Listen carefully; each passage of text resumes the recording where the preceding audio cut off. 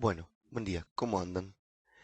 Vamos a armar un videito más de motor alterno, así para terminar de explicar un par de conceptos que faltan y sobre todo meternos un poco en el modelo equivalente y un control de velocidad. Entonces, hasta el último que habíamos visto, teníamos nuestro campo giratorio. Nuestro campo giratorio era generado por las tres bobinas de las tres bobinas de estator y sus tres fases desfasadas. Recuerden que tengo un desfasaje mecánico y eléctrico. Y eso era como un imán que estaba girando a una velocidad omega de campo, omega s, ¿sí? Omega s, velocidad de campo. Bien. Y nosotros habíamos hecho el análisis de un rotor jaula de ardilla estático por ahora, donde sabíamos que si esto estaba rotando a una velocidad, aparecía una velocidad relativa, y esa velocidad relativa entre el imán y las varillas me generaba una tensión inducida E, ¿sí? Esa tensión inducida E dependía de la intensidad del campo, ¿sí? O sea, la fuerza que tenía este imán, por L, por la velocidad relativa de la varilla. Entonces, si esto está quieto y esto está girando a una velocidad relativa, a una velocidad constante de omega s, la intención inducida es B por L por omega s por el radio. Ahora, el radio es la distancia, es el eje, ¿sí? Este eje imaginario del imán al estator. Entonces tengo una velocidad relativa. ¿Por qué? Porque el rotor está quieto. Tengo una tensión inducida. Si tengo una tensión inducida, recuerden que teníamos los aros que unían todas las varillas. Entonces puedo tener una circulación de corriente inducida interna, así, por ejemplo, entre estas dos varillas. Esto sería el lazo de corriente. Por ende, si se fijan, como la corriente en esta varilla circula en este sentido, ¿sí? En este sentido circula la corriente. Si usamos la regla de la mano izquierda, recuerden que la regla de la mano izquierda son fuerza, campo, corriente, ¿sí? FBI. Entonces, en la varilla de arriba, si la corriente va hacia abajo, hacia el lado del imán, el campo va hacia abajo, en este caso como está dibujado el imán, me quedaría una fuerza perpendicular en este sentido.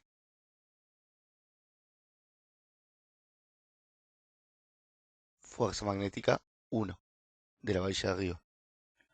Ahora, ¿qué pasa? Abajo, en la varilla de abajo, la corriente circula en sentido contrario. Entonces, si la corriente ahora circula en sentido contrario y el campo se mantiene, ¿sí? Lo que me va a dar es que la fuerza ahora es hacia arriba, perdón, hacia atrás, ¿sí? Entonces en la varilla de abajo aparece una fuerza magnética hacia atrás.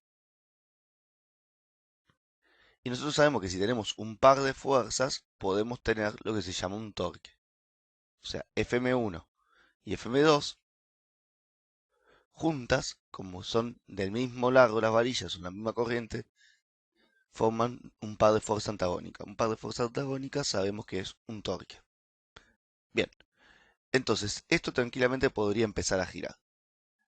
Si yo libero este rotor que lo teníamos en principio frenado, o sea, sujeto para que no pueda girar, lo suelto y le doy la posibilidad de que entre a girar, lo que va a pasar es que este torque que parece, obviamente va a ser una fuerza y va a hacer que esto empiece a girar. Entonces, este rotor, cuando empieza a girar, va a empezar a acelerar, va a alcanzar una velocidad, que ahora la vamos a definir como velocidad de rotor, omega r.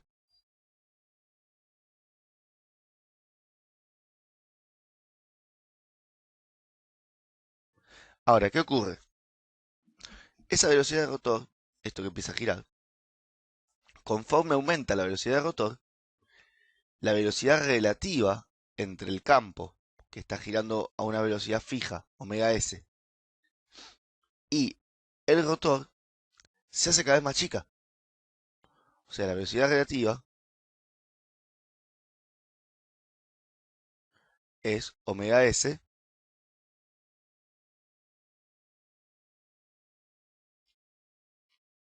menos omega r. O sea, es la diferencia entre la velocidad que tiene el rotor y la velocidad del campo. Y nosotros dijimos que la FEM era proporcional a la velocidad relativa. Entonces, si es proporcional a la velocidad relativa, que esto ya no existe, no es así, ¿qué es lo que va a ocurrir? A medida que omega r aumente su velocidad, la tensión inducida en las barras se va a hacer menor. Y como la corriente que circula por el rotor,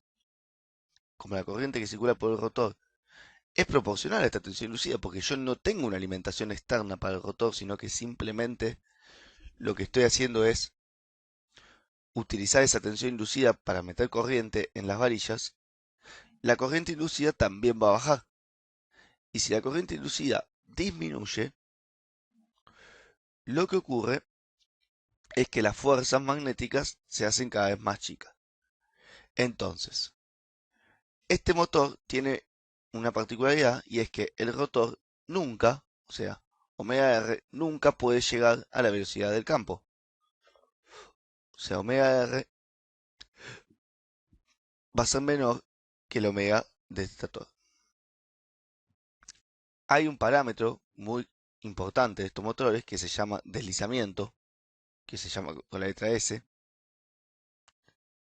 deslizamiento, o también se le dice resbalamiento,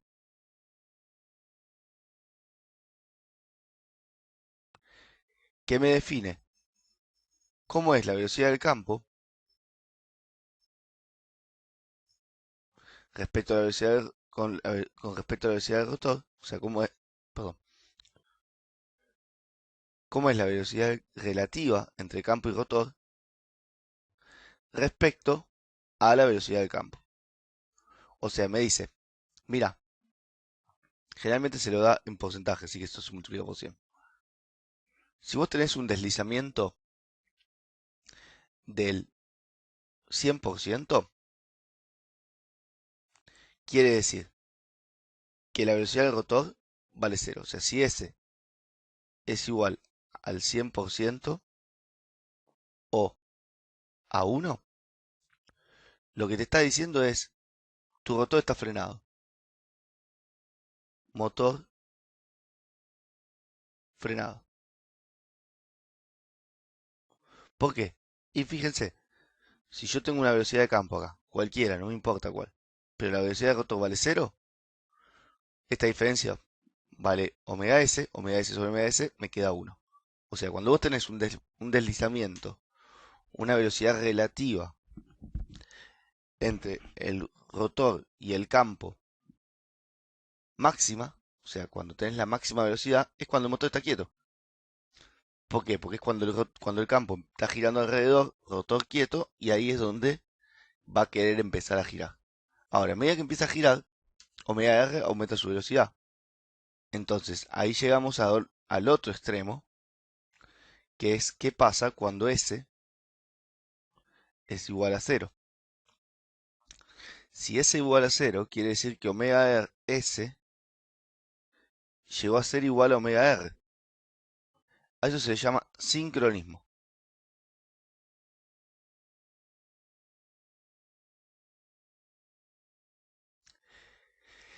¿Qué es el sincronismo? El sincronismo es el punto donde el rotor alcanzó la velocidad del estator. Ahora, ¿puede ocurrir? Sí, va a ocurrir, pero va a ocurrir en un instante muy chiquito y automáticamente en ese momento en el que omega r alcanzó la velocidad de omega s, no tengo tensión inducida. Entonces, ¿qué pasa? Como no tengo tensión inducida, me quedo sin corriente inducida, me quedo sin torque y el rotor empieza a bajar su velocidad. Cuando tiene un poquito de diferencia, o sea, cuando esto llega, qué sé yo, a 0,1 0,1, 0,2, ¿sí? Cuando S es 0,1, 0,2. En ese momento en el que empieza a haber una velocidad relativa, por más mínima que sea, ahí, tac, el motor vuelve a tener torque, ¿sí? Vuelve a tener velocidad. Entonces, no es que cuando llega a cero el rotor se frene instantáneamente, no, el rotor cuando llega a cero pierde su tensión inducida, ¿sí? Entonces, cuando pierde su tensión inducida, deja de tener torque en ese momento y va a dejar de hacer la fuerza que lo mantiene acelerado a la velocidad omega r. Omega r igual a omega s. Entonces, como no tiene una fuerza que lo mantenga acelerado, se va a empezar a querer frenar. Cuando aparezca de vuelta una diferencia de velocidades entre omega r y omega s, automáticamente vuelve a aparecer una fuerza y otra vez el motor sigue girando, ¿sí? O sea, vuelve a tener fuerza para poder girar. Por ende, nuestra velocidad del motor en vacío, o sea, sin ponerle carga alguna, va a ser muy similar a omega s. O sea, omega r va a ser aproximadamente omega s. Pero siempre, siempre menor, ¿sí? Siempre va a ser un poquitito menor. Entonces, nosotros vamos a tener en condiciones de arranque un resbalamiento máximo, 1. En condiciones de vacío, de motor girando en vacío, vamos a tener un resbalamiento, un S, tendiendo a 0. ¿Ok? Eso es lo que ocurre cuando yo libero el rotor. Ahora, todo muy lindo. Pero ¿qué pasa con la curva de corriente? ¿Qué pasa con la curva de torque? O sea, yo necesito poder controlar el motor, entonces tengo que saber cómo son las curvas características de ese motor. Si tienen mucha corriente de consumo, si tienen poca corriente de consumo, tienen mucho torque. ¿Qué pasa con eso? Bueno, para eso vamos a plantear el modelo equivalente de este motor. Modelo equivalente. Bien, vamos a pensar un poquito juntos. Yo tengo un campo y tengo un rotor. Y dijimos, este motor se llama inducción. Son motores de inducción. O sea que hay un traspaso eléctrico, si se quiere, hay una conversión de energía eléctrica entre el campo, ¿sí? Estas bobinas que están girando acá, y mi jaula de ardilla, mi rotor. Entonces, por ende, si yo tengo una transferencia eléctrica a partir de un efecto magnético, mi modelo equivalente va a ser un transformador.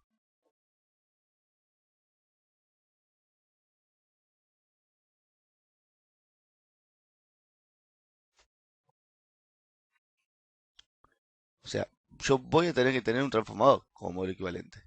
¿Por qué? Porque el transformador es el elemento que me permite transferir energía eléctrica de un lado al otro a través de un efecto magnético, a través de una inducción. Ahora, ese transformador, ¿sí? Que es simplemente una movilización, obviamente que no es un transformador real, un motor de alterna, pero cumple muy bien su función de decir, bueno, represento esa transferencia magnética que hay entre el estator y la jaula de ardilla. Pero obviamente en un motor yo tengo pérdidas porque yo tengo una potencia eléctrica que es la que inyecto con las trifásicas y obtengo una potencia mecánica en el eje. Pero esa potencia mecánica que yo obtengo en el eje, al igual que pasaba en un motor de continua, no es el 100%, ¿sí? ¿Es elevada en un motor de continua? Es muy elevada. En un motor de alterna trifásico es bastante elevada, ¿sí? Es un poco menor igual. Pero tengo pérdidas. ¿Cómo represento esas pérdidas? Con un transformador real, en el cual todo lo que sea el primario va a ser referenciado a el estator y todo lo que sea el secundario va a ser referido al rotor. Cabe aclarar que el modelo equivalente es por cada fase, ¿sí? sea, yo voy a tener un circuito de estos que voy a dibujar ahora para cada fase, ¿sí? Y lo que se hace del lado del rotor es eh, simplemente dividir el parámetro del rotor en tres, ¿sí? O sea, los valores que yo voy a poner acá, en realidad, son un tercio de los valores del rotor. ¿Bien? Pero bueno, como no vamos a entrar en cuentas, no nos importa ver más que nada qué es cada parámetro. Entonces, yo voy a tener, como es un transformador real, nosotros sabemos que tenemos una resistencia, una inductancia acá, JXM, RM,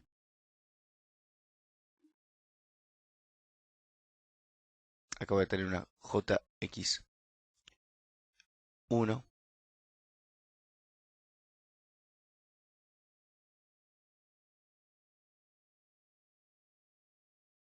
y acá voy a tener una R1.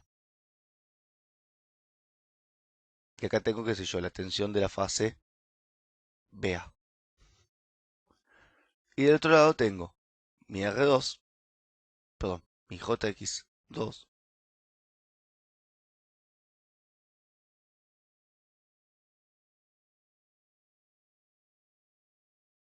mi JXR y mi resistencia de rotor.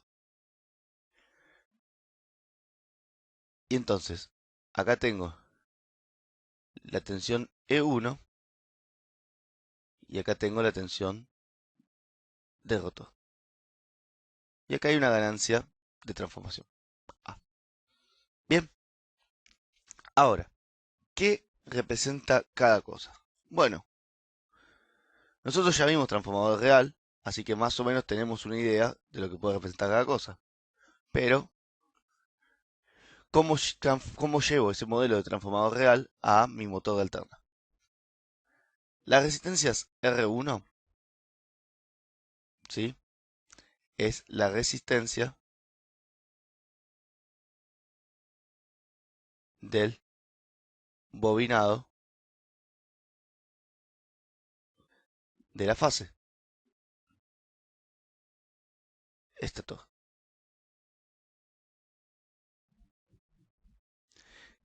¿Qué va a representar? Bueno, principalmente pérdidas en el cobre, ¿sí? Disipación de energía, mejor dicho, disipación de calor en el bobinado en el bobinado del estator. Voy a tener una para la fase A, una para la fase B, una para la fase C. Bien. X1, flujo disperso en estator.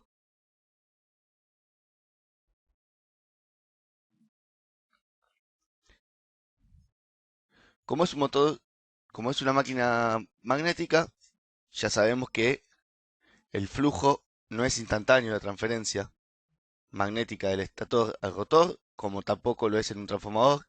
Entonces XM será la magnetizante. Inductancia magnetizante.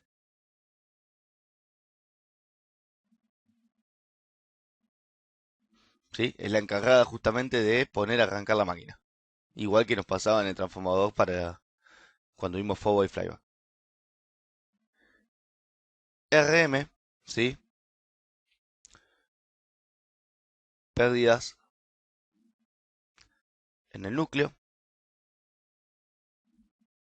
Y acá vamos a agregar una cosa que vamos a ver ahora cuando veamos el esquema de potencias. Acá tenemos rozamiento y ventilación, ¿sí? Cuando pongamos el esquema completo de potencias, charlamos un poquito de eso. ¿Qué tengo al lado del rotor? Bueno, del lado del rotor tengo un comportamiento inductivo de las barras, ¿sí? Inductancia de las barras y la resistencia de las barras. barras o bobinas, ¿sí? También puede haber bobinas en el rotor, por más que no estén conectadas, ¿sí? Motores más chicos donde no son tan robustos, por ahí se ponen a veces unas bobinas, en vez de poner unos cachos de fierro o de acero, como metal. Bien, bien. Veamos ahora entonces qué pasa con el circuito desde el lado del rotor. Para que no sea tan larga tampoco esta parte del video, voy a ayudarme de un PowerPoint, así ya están las formulitas ahí más fácil escritas y no perdemos tanto tiempo escribiendo. Entonces vamos acá. Fíjense que lo que yo tengo acá es mi circuito equivalente con los mismos componentes que antes, ¿sí? Esta es la relación de transformación. En el primario tengo la tensión E1, en el secundario tengo la tensión del rotor, la que se induce, JXR, RR. Consideraciones a tener en cuenta. La tensión en el rotor es S veces la tensión máxima que puede aparecer inducida en la varilla. ¿Cuándo es la tensión máxima que puede aparecer en la varilla? Bueno, eso es cuando el rotor está frenado. Cuando el rotor está frenado, aparece una tensión máxima que es cuando la velocidad relativa es cero. Y lo otro es que la frecuencia del rotor es S por la frecuencia del estator. ¿Por qué? Esto quiere decir que el rotor no tiene una frecuencia igual a la frecuencia del estator porque justamente hay un deslizamiento y no hay un sincronismo pleno. ¿Qué pasa al lado del rotor? Del lado del rotor, fíjense que tengo un circuito con un generador como inductancia y tengo la tensión de sufragio que la puedo escribir como S por R0. Y tengo una inductancia XR, JXR, que también la puedo escribir como S por un valor de inductancia máximo. ¿Por qué no hago lo mismo en la resistencia? Y porque la resistencia no depende en realidad de la frecuencia del rotor. En cambio, en cambio, la inductancia, o mejor dicho, la impedancia de inductancia sí es dependiente de la frecuencia del rotor y como la frecuencia del rotor vimos acá que es dependiente del deslizamiento, también va a estar variando esta impedancia. De acá a acá, ¿qué hicimos? Simplemente agarramos y dijimos, bueno, ¿qué pasa si yo dejo un generador fijo? ¿Sí? De valor R0. Para dejar ese generador fijo de valor R0, agarro y divido todo por S. Divido esta impedancia por S, entonces me queda JSXR0 sobre S, me queda JXR0. Fíjense que ya no es más JXR. Y la otra, la resistencia, ahora sí me queda dividiendo el deslizamiento. Esto es simplemente para que acá me quede un generador de tensión fijo, R0. Bueno, un poquito de ecuaciones, ¿sí? Aquí tenemos la impedancia resistiva, omega R por el R, recuerden, 2pi por FR. Si pongo FR como S por FE, me queda 2pi por S por FE por R. Todo esto, 2pi FE LR, ese valor XR0. Y de ahí que demostramos que queda JXSR0. ¿Qué hicimos acá? Bueno, agarramos y planteamos cómo es la corriente IR. La corriente IR va a ser la tensión R sobre la resistencia más la inductancia, circuito serie.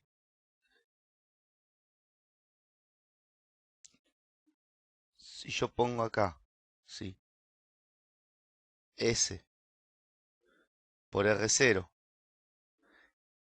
acá, S por R0, y después saco factor común, el S de abajo,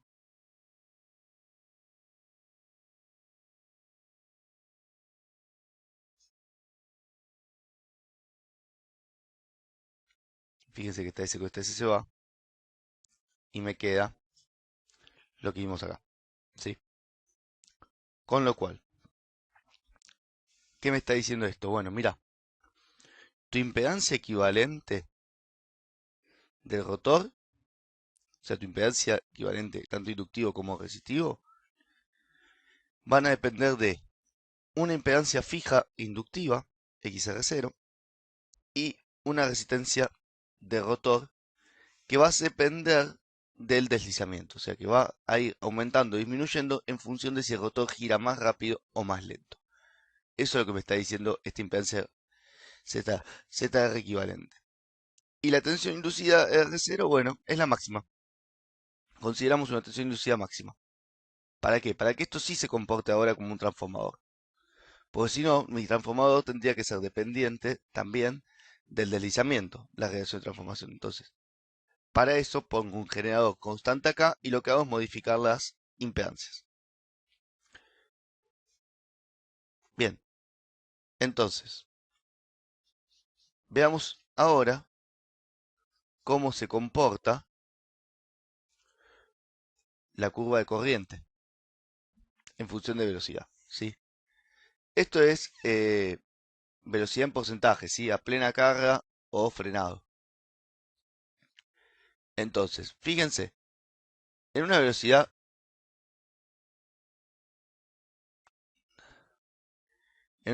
cero, o sea, cuando no tengo velocidad, recuerden que nosotros teníamos un deslizamiento, ¿cómo era? Igual a 1, era máximo el deslizamiento, ¿sí? Vamos a escribir acá la fórmula de deslizamiento, omega S menos omega R sobre omega S. Entonces, cuando el motor está frenado, esto valía 1. Si el deslizamiento vale 1, quiere decir que yo acá tengo una impedancia Z equivalente R más JXR, donde esta es máxima. ¿Por qué? Porque a medida que después el deslizamiento empiece, o sea, la velocidad del rotor empieza a subir, este deslizamiento se va a empezar a achicar.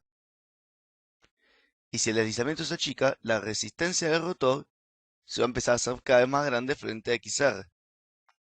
Entonces, cuando el motor está frenado, es el momento en el cual la Z equivalente del rotor tiene su módulo, si se quiere, máximo entre RR más JXR. O sea, tiene su efecto inductivo pesando lo más que puede.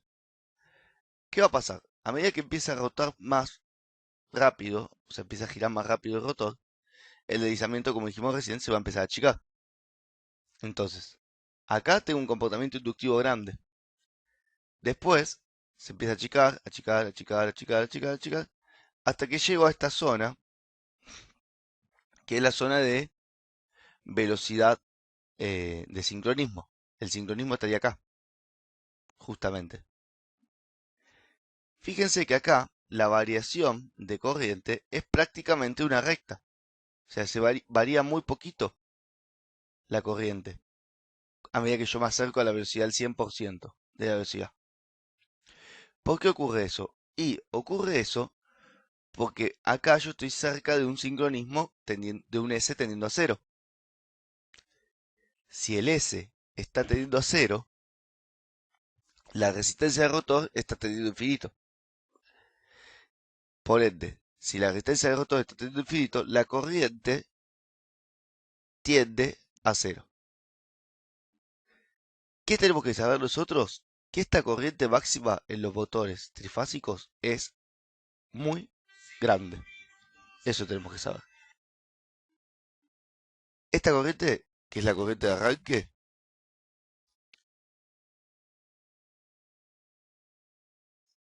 es grande. ¿Sí? Grande, importante. Puede ser en un motor de 2 caballos, 3 caballos, y podemos tener una corriente de arranque de unos 5 o 6 amperes, tranquilamente. O sea, es un pico de corriente grande.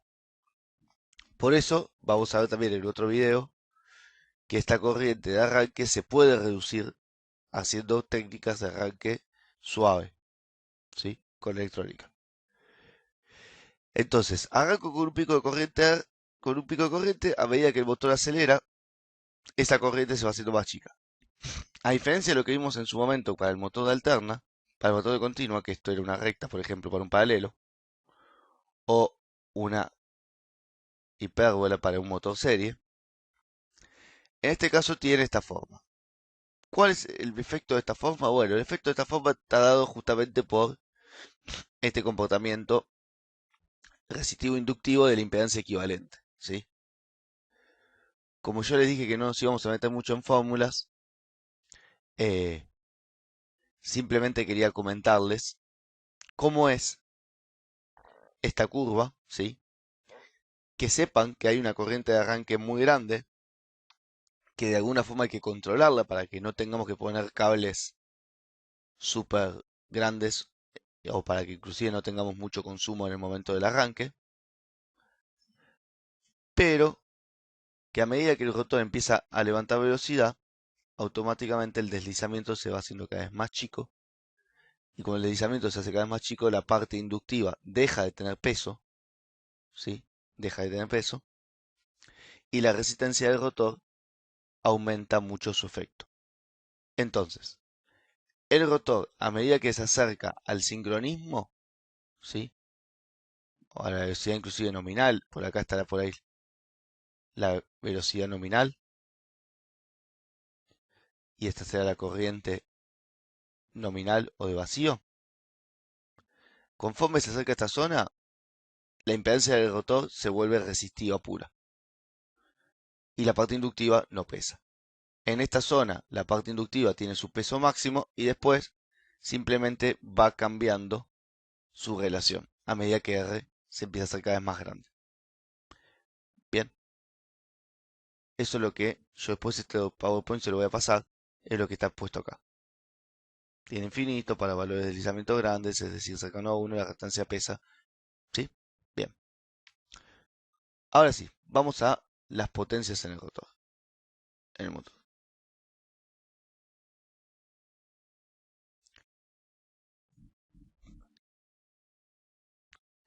Acá tenemos la máquina. A la máquina se le mete una potencia eléctrica. Esa potencia eléctrica tiene pérdidas en el cobre del primario, pérdidas en el cobre en el hierro en el primario, pérdidas en el hierro en el rotor, pérdidas en el cobre en el rotor, y lo que se llama pérdidas por rozamiento y ventilación. Estos motores son robustos, ¿sí? Son motores grandes, se usan generalmente para mover cosas pesadas, para la industria, o sea, no suelen ser motores chicos. Por ende, todo lo que está acá adentro se va a calentar. Por eso, como vieron ya en el otro video que les pasé, la mayoría tienen un ventilador atrás. Ese ventilador, ¿para qué está? Para enfriar la máquina. Ahora, esa potencia que yo uso en mover ese ventilador, que es un beneficio para enfriar la máquina porque si no, la máquina se me quema. ¿La estoy aprovechando en el eje para mover la carga que yo quiero mover? No. Por eso es una pérdida. Y lo otro a tener en cuenta es que, como vimos ya también en el motor de continua, el eje no está levitando. El eje está apoyado en buje, está apoyado en algún rulemán, y por ende va a haber un rozamiento entre el eje y eso. ¿Qué se va a calentar? Ahí están metidas las pérdidas de rozamiento y ventilación.